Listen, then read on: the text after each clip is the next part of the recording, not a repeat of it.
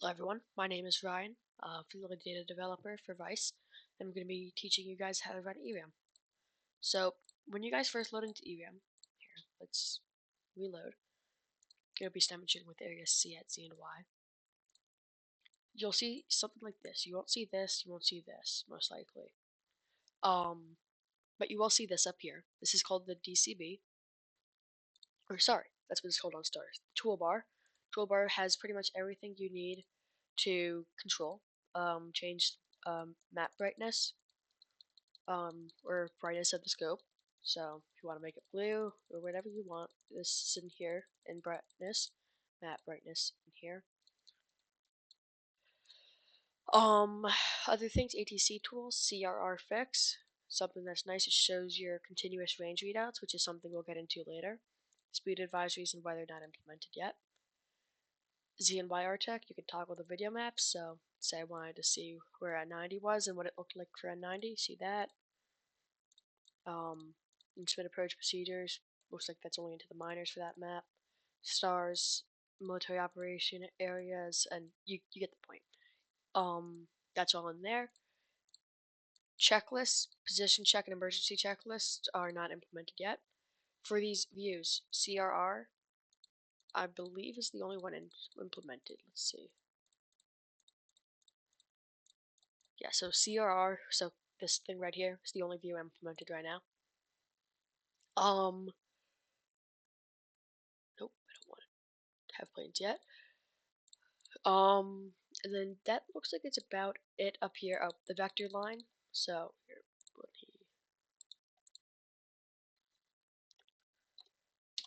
so vector line is essentially the projected track line that you see in stars. It's something there, that line there. This is showed in minutes. That could be done there. I have it here as well. Moving on to a little bit more with the DCB, or sorry, the toolbar. If you want to drag stuff out like I have it here, click on, for example, right there. It doesn't work, so I already dragged it out, but that's what it would look like. Just reposition it wherever you want it to go, and there you have it. So if I wanted to make this more aligned, I could just do that right there. Okay, now let's say you have everything set up as you want it to be set up, and you're ready to close this out because it's taking up a lot of space on your screen.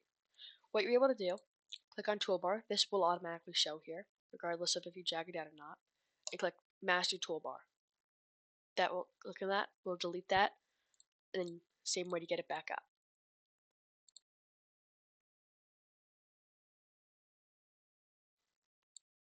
Okay. Now moving on to actual ERAM, or to the actual working the planes. You'll see aircraft. This is where you start a scenario. You'll see aircraft flashing at you, so handing off to you. H-36 means they're handing off to you.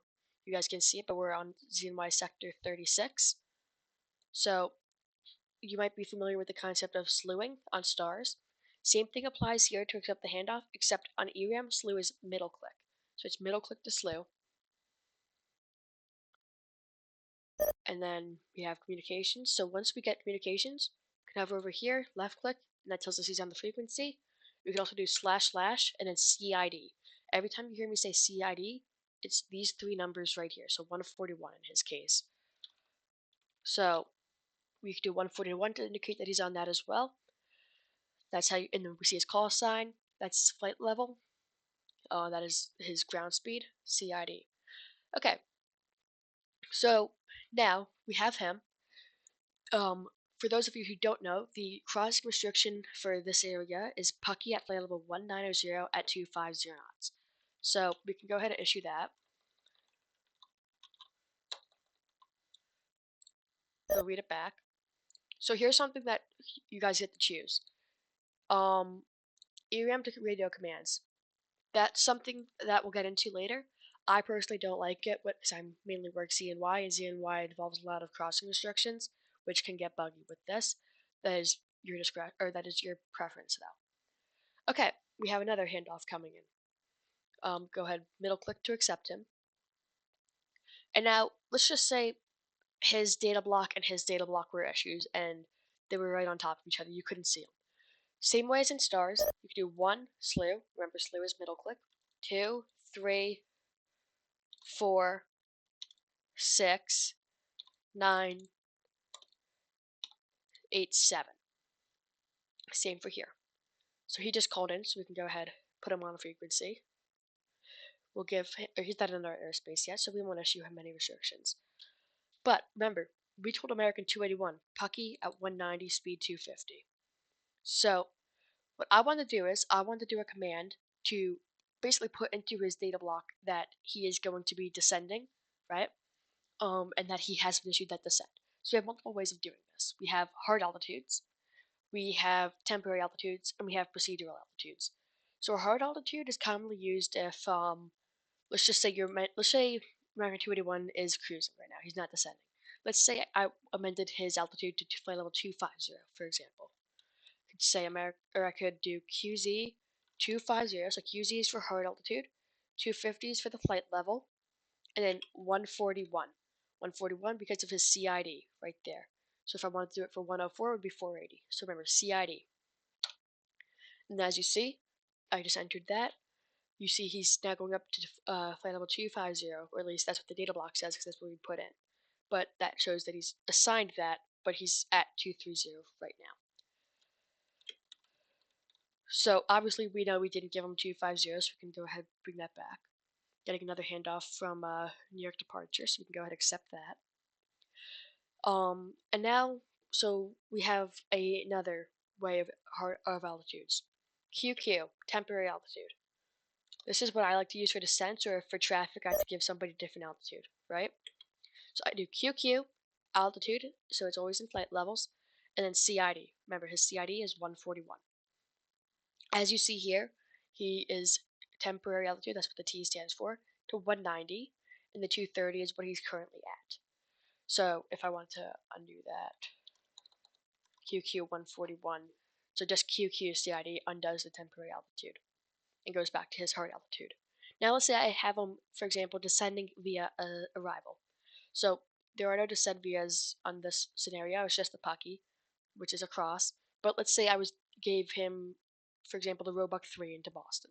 I could say QQ P 110, for example. Let's just say he's going to 110. P is a temporary altitude because we said QQ, but the P stands for procedural. So it's a procedural altitude to 110, and then CID, so 141.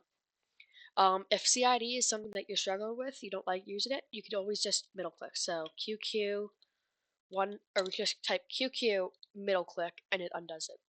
Same for any other command. So QZ 250 middle click, done like that. QZ 230 middle click, there. So it works the same for there. Just delete these people. So now let's say I had a lot of traffic and I had to figure out how much space they would have for Pucky, because we want to make sure that N90 has something to work with, right? I could create a continuous range readout fix. So LF for that, // and then fixed name. So here we're doing Pucky, right? I already had that put in. So let's just say I wanted it for Geno, which is over here. Now let's say I wanted to, yeah, perfect. We got a plane to demonstrate that with. So I want to put this guy on the distance to Pucky. So LF, this time no // we don't do the // because we're not creating a group. // says you're creating a group. This time we're assigning him to a group. So it's LF fix CID, so 141. And then you see he is 31.9 miles from Pucky, and then this updates here too with where he is. Alaska 11 called in, so we can say LF Geno 172. And then we see his distance from Geno, he's 12.7 miles from Geno. Now let's say you don't really feel like typing the fix every time. You could do LF // Pucky for Pucky, and then just type P. Now we have P, right? So just type LF Pucky 141 to get rid of him from the Pucky group. Now let's say I wanted to assign him to P. Same concept, LF P 141. And now we see him on that. So that's just if you don't feel like doing as much typing as you want to, you could just do that as a nice little shortcut. And this will show you how far people are from their fixes, allowing you to try to build separation, miles, and trail, whichever it might be that you want to do. Okay, let's go ahead and add in his altitude he's descending to. Now, he's getting pretty close to N90's airspace, so we need to hand him off to N90. So in this scenario, he would go to rover, which from Z and Y, the handoff ID is N2K. So we have two options, N2K 141, enter, or N2K slew, just like with everything else. You can either type the CID and enter, or slew. So you see now, I pressed enter, or I did the command. It says HN2K, or it did. He's flashing to rover, and now that we see this R here and it stopped flashing, that tells me that they accepted the handoff. So whenever I am ready, I can go give him the frequency change. Same, by the way, radio commands are the same as the stars, so those didn't change. Now that he's over to approach, get rid of that, and I'm going to keep his data block open because he's still in my airspace. But then we've pretty much finished up working with him. So now we have a few more commands, not too many. Next is involving routing. So let's say Alaska 11 here. Turn that thing 090.